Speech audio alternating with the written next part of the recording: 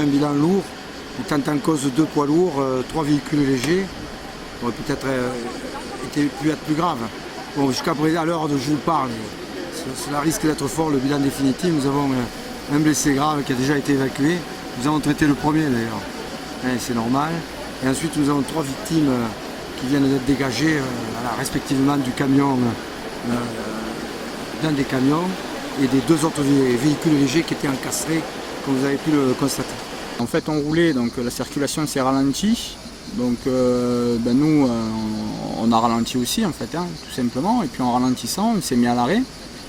Ça faisait des débuts de ralentissement d'embouteillage quoi. Et puis d'un coup j'ai rien compris, j'ai senti une déflagration qui est venue de derrière. Heureusement qu'on était attaché avec la ceinture de sécurité, on était projeté à l'avant, heureusement maintenu. J'ai eu le réflexe moi, de mettre les mains sur ma tête et puis au moment où tout s'est arrêté, enfin, tout s'est secoué dans le fourgon. Et j'ai aperçu dans le rétroviseur en regardant un peu ce qui s'est passé, une voiture qui retombait au sol en fait. Une voiture qui retombait au sol sur le côté, c'est la voiture du fameux monsieur qui a été transporté par les sapeurs-pompiers. Et voilà, et puis quand on est sorti, enfin, c'est les images de chaos quoi.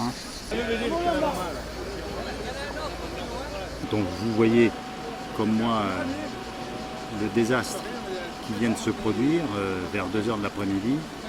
Je pense que toutes les consignes de sécurité qu'ont rappelé les forces de l'ordre, que le gouvernement a rappelé, n'ont pas été respectées, que ce soit les distances, que ce soit la vitesse.